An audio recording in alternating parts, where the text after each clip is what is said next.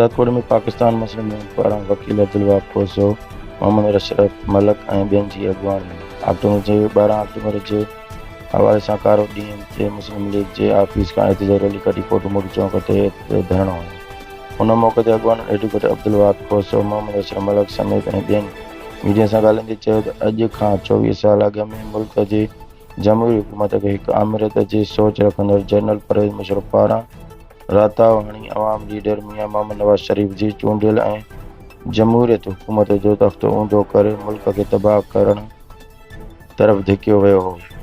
अॻुवाननि वधीक चयो त पाकिस्तान मुस्लिम लीग खे सही रस्ते ते आणण ऐं मुल्क जी मईशत खे बहितर करण जो वाहिद रस्तो सिर्फ़ मियां मोहम्मद नवाज़ शरीफ़ वटि ई आहे। मुल्क खे ख़ुशहाली मियां नवाज़ शरीफ़ ॾींदो।